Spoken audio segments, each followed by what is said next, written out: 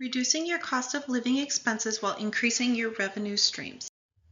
A legal disclaimer we put at the beginning of all of our presentations. This is for general educational use only. It's not intended to substitute for professional, legal, or clinical advice. We try to keep our information as accurate and timely as possible, but make no promises and guarantees it works for your local unique situation. So reducing your cost of living, there's some practical applications to it. And I think it's really important to talk about how I get so frustrated, especially growing up and hearing, especially my parents, we live in a different strategy than the 1960s and 70s. And they're like, it's not that hard. You just spend less than you make. Come on. And you're like, but there's inflation and the bills are more and there's things you can't control and you feel cornered. The cost of assets when they bought houses and when they bought things that grew exponentially in value, which created wealth and prosperity for the baby boomers and the prior generations, it doesn't exist for us like it did for them. And so it is really hard if you have generations, not just ourselves, that don't understand business and finances, and we make judgment over the historic trends and challenges, that what we have to do to start out growing a family and living and being able to be successful is very different than 10, 20 years ago, and it'll probably be very different than 10, 20 years in the future. So when people are talking about living within your means and increasing your assets and your money, it's not talking about sacrificing vacations, sacrificing yourself, just living at home, never having fun, just going to work and then staying home. It's not about, well, you're working for somebody else, so I just need to work more hours. You're going to run out of hours and you're sacrificing your soul. To be a workaholic and still be stuck on a rat wheel and be going more and more behind is not a way to live. The numbers just physically don't add up with the inflation rate and with wages and income. And historically, it's always been the case. It's not anything new. History goes through cycles of prosperity and challenges, and we're in an inflationary, a societal collapsing trend. If you learned history, that the United States is in a place where we don't produce as much value to the rest of the world, and we're taking in more things, and it's going to make it challenging. What we make for an income and what we made 10 years ago, it's pretty similar, and then everything costs 200, 300% more. I do not believe the CPI, the Consumer Price Index, when it comes to inflation, because it's a politically changed and driven number. If you do the research, the 1990s with the Clinton administration, they changed a lot of the rules and manipulation to the Consumer Price Index. So it's about psychology. It's about the data says great, we have lots of jobs, the economy is booming. Then you start feeling well, it's just me. I'm struggling, so it must just be me. Well, if you actually look at the actual true statistics, credit card debt is through the roof. People are going on foreclosures and bankruptcies like no tomorrow. Our economy is struggling. And so it's part of the bigger system. So I want you to focus on what you can control. You can't control the corruption and the political threats and the challenges, but you can, in your own little world, focus on simpler things, or I'm going to do things a little differently, or on my nights off, or I'm going to get up a half hour early and I'm going to start working on some income streams outside of my job, outside of whatever I'm exchanging time for money. I'm going to start working on passive income, on assets, and start saving in my emergency bucket. I'm going to look closely at my subscriptions and auto pay and the places that my money is just disappearing and I don't understand why. Just going to the basics of evaluating a budget and actually looking at your credit cards and actually looking at your bank statements and actually looking where money's coming and going is a simple thing you can do. And I absolutely get shocked with it. Personal financial planning and business planning, we can find 10, 20% money you can put into an emergency account just by doing things a little differently and cutting off those lost revenue sources of auto pays and things that you're purchasing that you just don't need to be purchasing because there's a different way to do it, or you buy it in bulk, or you watch for sales. There's ways to strategize, like having a simple garden. Even if you live in the city, you can have a wall herb garden. You can have a little flower bed. You can grow a lot of food in a small amount of space. So, like, I want to challenge everybody when we're talking about this topic of decreasing your costs for living. I don't want you to live a lower standard of life. I don't want you to sacrifice things that are really important to you, because it's going to affect your mentality, your creativity, and your opportunities. Like, the law of attraction is completely real. If you live in scarcity and you cut corners and you bring that energy out to the world, if you're living in abundance and opportunities and excitement, and you're just doing things differently. I'm not picking up my Starbucks coffee. I'm drinking coffee at home. I've got my special creamer. I've got it. There's ways to still live and do things. You just do it a different way. Especially because food is getting so expensive. Like, if you live in a place where you can have chickens in your backyard, a lot of cities you can have chickens in the backyard. Eggs are crazy expensive. Getting yourself a few chickens that lays you an egg a day, one chicken, 2 chickens, you don't need much, and you're going to save so much money. So, like, and you know where it comes from, and it's healthy and it's great. Having a little garden, having some chickens, having a local farmer that you can get something from the butcher, and having a freezer and buying there from bulk versus you're buying retail at the store. Watching for sales, planning accordingly, buying things in bulk that are a fraction of the cost that aren't going to go bad, and having storage, having things organized. It takes time to change these habits. When we're on a rat wheel and we're going faster and faster and more exhausted with everything, we have to just pause and we have to figure out, I want things different. I need to change my habits. I need to change the way I think. The way I'm doing things now is just not working. So we talk a lot about, like, house expenses. Everybody needs somewhere to live. But do you really need a 3,000 square foot house? The kids are out of the house. The kids don't actually have to have their own rooms. Like, we have changed so much in our mental state. Like, we sold our house 2 years ago, split the property. We had a big house, 3,500 square foot, 80 acres, 2 pole barns, all kinds of toys. And I'm like, how often do we play with those toys? How often do we go in the basement? We're paying utilities for half of a house we never even touch. And so we split our parcel. We're living in a simple cabin right now. Our expenses, we just saved $3,000 to $5,000 every month by simply living, and we're working on building our house and having a small space. Like, we can live in 1,000, 1,200 square foot very comfortably with my family.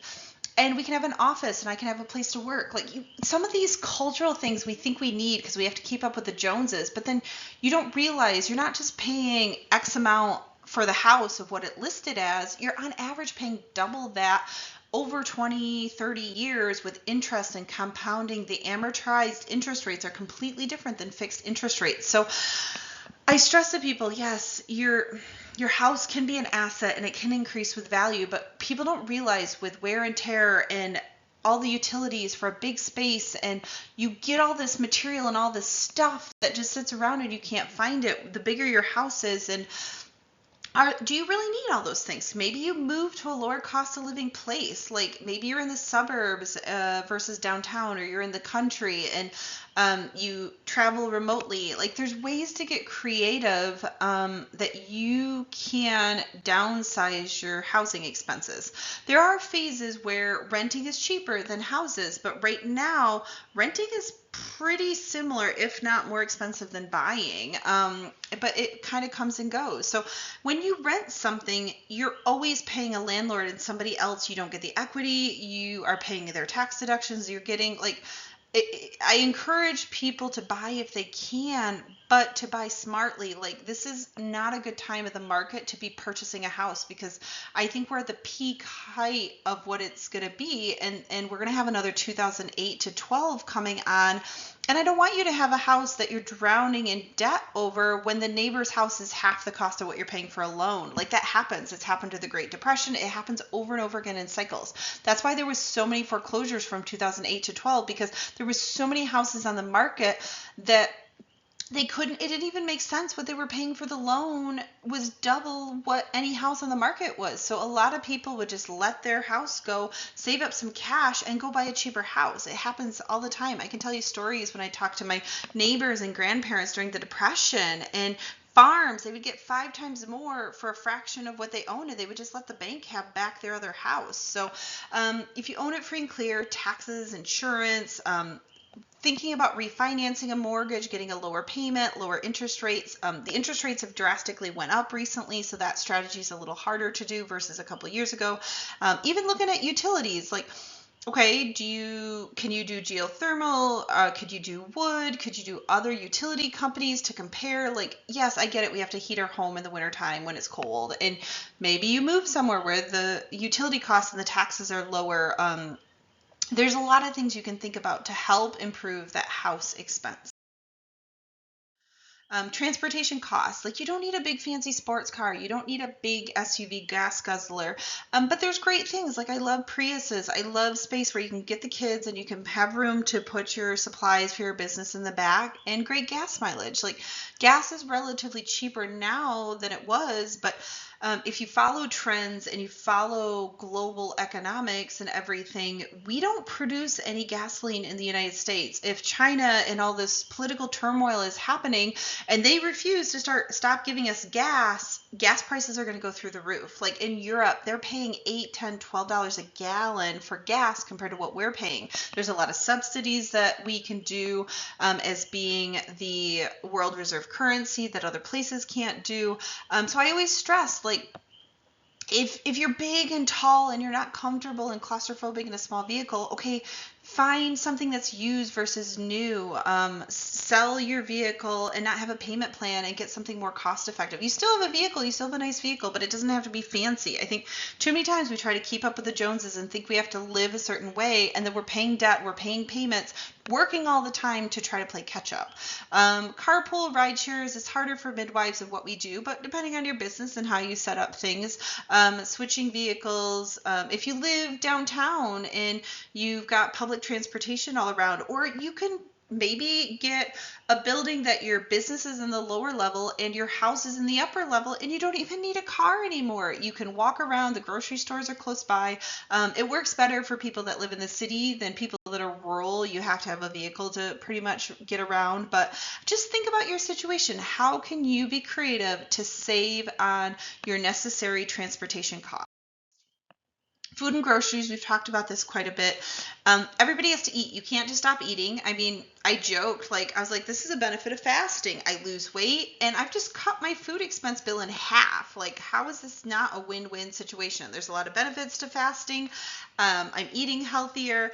I am now having half the food that I'm consuming than I used to. So think outside the box, like meal planning. When people go out to eat all the time and get fast food because they're running, it gets really expensive fast. You're like, I want to eat well. I want to do a smoothie. Like, make a smoothie at home before you leave from the food from your garden versus you get a premium smoothie on your way to work and on your lunch break and driving to home visits. So there's coupons, there's membership programs. I mean, we are part of Sam's Club and Costco and we buy in bulk, and it's a fraction of the cost versus the last minute places that if you buy food at the local gas station that's convenient, you're going to pay way more than somewhere you got to drive to and you get it. So plan and think in advance, especially if you live out in the country and gas is expensive. Every time you go back and forth is your time and gas. Having a garden is massive. If you can have some goats, some rabbits, some chickens, meat, produce are the expensive part of a budget. And I get not everybody can do all of these things. So I'm just giving you ideas. Think outside the box, what would work in your entertainment and lifestyle. This is always fascinating to me. You can have fun without spending money.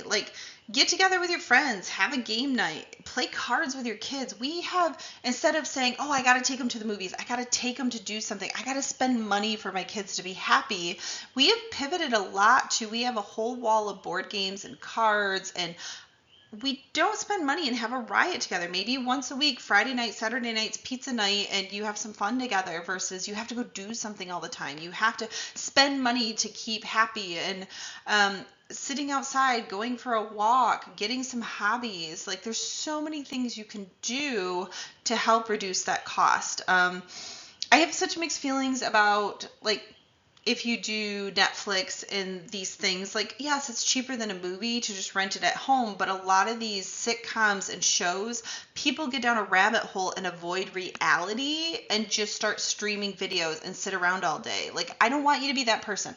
Your time is too precious. Like, I don't like apps on phones. I don't like social media. I use it for my business, but I don't go on it personally.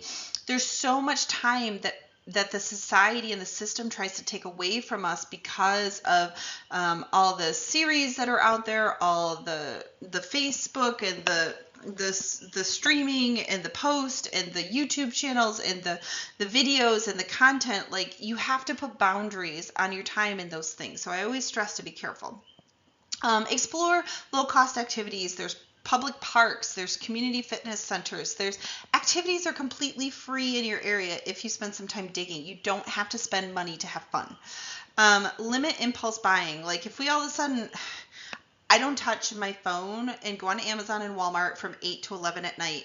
You're tired, it's instant gratification, and things come in the mail 2-3 days later, and you're like, what did I just buy? And I was like, oh, they had a flash deal that ended by midnight. It was so cool. I thought the kids would like it. And I stress to people, you don't want to impulse buy. If you're thinking of purchasing something, think about it, do some research, and if you still want it in a week, you still want it in 2 weeks, you're still thinking about it, then get it. But don't just instantly like, oh, that's cool, that would be fun, and then you have regrets, and then you're wondering why there's an extra $500 to $1,000 a month that's disappearing for material things that break and don't show up and are not the right size. And we do too much of that with our instant access to purchasing and the credit card automation that's out there, that a lot of us lose a lot of money because of these habits.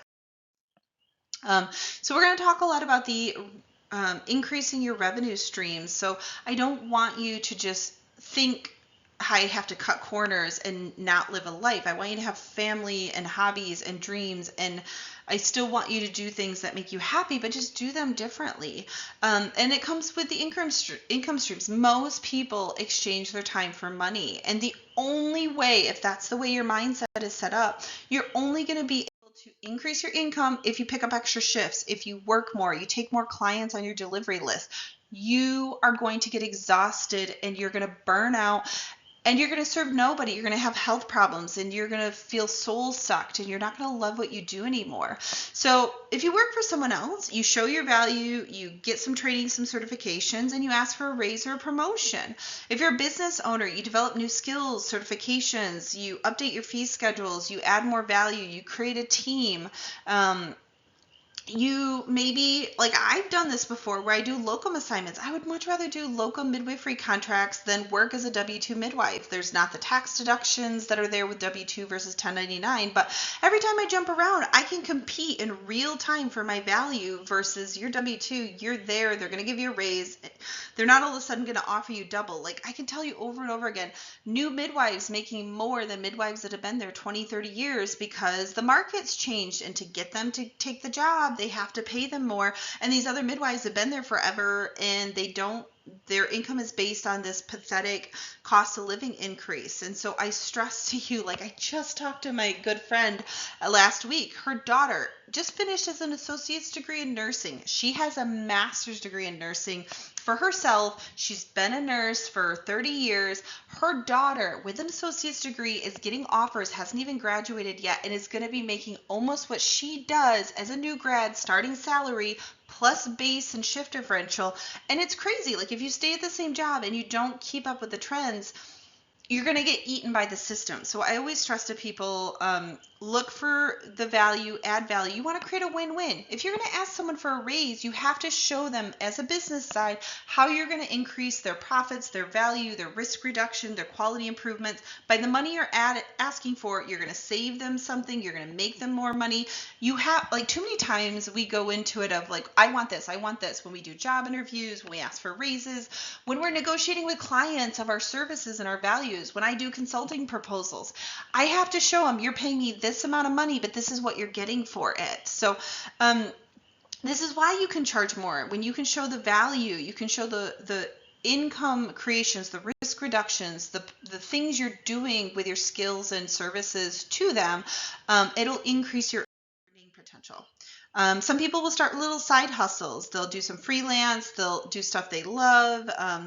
They'll get chickens and sell some eggs. It's fun with the kids. Some people will do Upwork, Fiverr. But I always challenge you, if you're exchanging time for money, you're going to run out of time. I want you to work on freelancing to create systems, to create these little side hustles are band-aids. Maybe you've got a high interest credit card that you need to pay off the next 3 to 6 months. So your goal is you're going to work an extra 5 to 10 hours doing some freelance projects. Strictly the money you're making is going to pay off the credit card. Okay, it's great as a short-term band-aid, but I don't encourage people long-term to have that as their answer, because you're going to work more and more and more, and you're going to run out of time.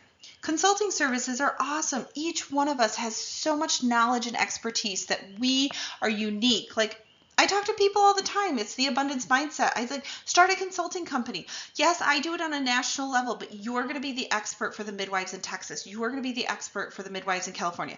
You're going to have a unique skill. You've created this really cool business structure to replicate, and I want to see more of it. So there's many ways for us to systemize our value, create access to the masses so that it's not always exchanging time for money. Online businesses are going through the roof. You can sell products, you can sell downloadable tools and templates. A lot of people do Etsy, they create things, they do Shopify, they will do courses. You have so much knowledge and value to give to other people, like even just relationships, referral programs. You have a big birth center, set up some marketing referrals. You're sending people all the time to these childbirth educators and doulas and naturopaths. I always stress you have to be careful with the anti-stark laws, especially if you're a nurse, midwife, physician, a medical practitioner. You can't do it with other medical practitioners, but if you're a CPM, a direct entry midwife, and you're doing it with doulas, birth workers, alternative practitioners, it's much more lax with the referral kickback. So think of side hustles, think of additional revenue streams. Ride shares, delivery services. I have a couple nursing friends because they find it fun. They make a little extra money, but they're also giving back to their community. They've got 5-10 older ladies that they always get their groceries for them. They take them to the store. They take them to their doctor's appointment. They built a relationship. So, like, what is your passion? Like, I giggle because I'm like, you're a nurse. You could pick up an extra 6 hours and make more money. But she's like, I don't want to work at my job anymore. I want something different. So, like, delivery service and getting this relationship built up with these ladies in her community made her some extra money. She puts this to the side for her son's college, and she likes it. She gets a relationship built with these ladies. She gets to help them. So everybody's just a little bit different.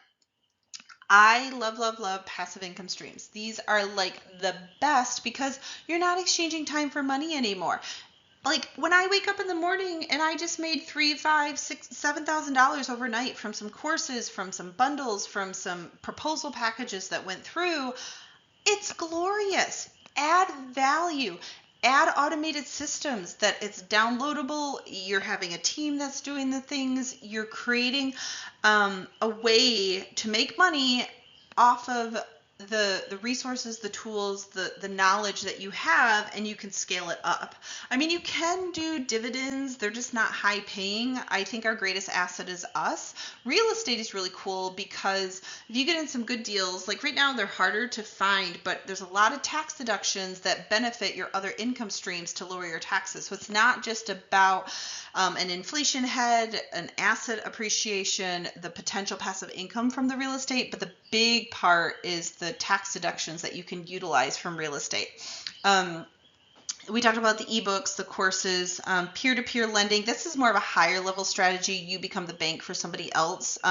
Most midwives and birth workers aren't ready for that stage of things, but I would love to see more midwives that have so much money that they can become a bank and help start up another midwife practice or a franchise operation and be the lending for them. Like if we could have a midwife Shark Tank in a series and a show like that, how cool would that be? So investing in yourself, invest in your future, invest in your knowledge. We are our greatest asset, and our mindset is where we're at. Like, yes, there's history and there's challenges and there's inflation and there's things we can't control. But I feel like I have a crystal ball. My mind has been so different since I went down this rabbit hole of history and monetary and geopolitics. Like, I don't like where the trends are going, but at least now I feel like I can plan and prep for them versus I'm reactive, like, oh crap, this cost a bunch of money. Like, I knew eggs were going through the roof. I could see with the vaccinations and all the killings and all the regulations happening. So like, we dehydrated a ton of eggs, and you can get more chickens because you can't all of a sudden get a chicken and they're going to produce an egg. You got to hatch the egg. They got to wait 6 months. So like, there's things you can do on a local level and a large scale level, like with gold and silver and commodities. Like, it's more than doubled in 5 years, gold and silver. I mean, because of financial instabilities, people want safe assets to go to. When economies are good, gold and silver don't do as well because people don't mind using the fiat paper money, the one that's only backed by psychology. And so you want to invest in your future. You want to do financial planning, retirement planning, but you also want to invest in yourself and your knowledge and the buckets that you could utilize to hedge if the economy's good and if the economy's bad. So I want you to combine both strategies. I want you to look at your day-to-day living expenses and how can you do things differently? How can you still have fun, have the little splurges of special things you like, but you change your habits where they're not costing you so much. You're looking at those expenses that are coming out all the time that you don't really need that subscription. Do you really need this? Oh my gosh, I didn't even know every year this was set up for auto pay and I haven't touched it in years. Like, there is so much. Like, I was trying to remember the statistic I saw that 10-15% of the money going out with an average American is stuff that they don't even know and don't even utilize, and it's just auto paid, and it's a tax that they're paying and they don't even need to pay. You need to invest in yourself, your skills, certifications, building income streams, creating assets, diversifying your revenue streams in your business, in your life, because some are better for inflation, some are better for tax deductions, some are more risky than others, some work really good when the economy is good, some work really good when the economy is bad. So you want to learn these wealth cycles. You want to learn how to have a diversification of tangible assets, virtual technology assets, local community resources, and businesses and programs. There's so many ways to do it to help reduce your risk so that if you only have one income stream and it disappears, like someone that's a W-2 that's working at a job, you're very, very vulnerable. So as an overall summary, we want to reduce our living expenses while creating additional income streams at the same time. That is the way to get your financial security done the fastest and build income. If you're only cutting corners but not increasing the income, it's going to take longer. If you're increasing the income but you've still got money hemorrhaging and you're still doing your bad habits, it just takes longer. So I want you to look at both sides of your lifestyle, your habits, your short-term, long-term goals, your risk, and work closely with a financial planner or a business consultant like our team to make your dreams a reality.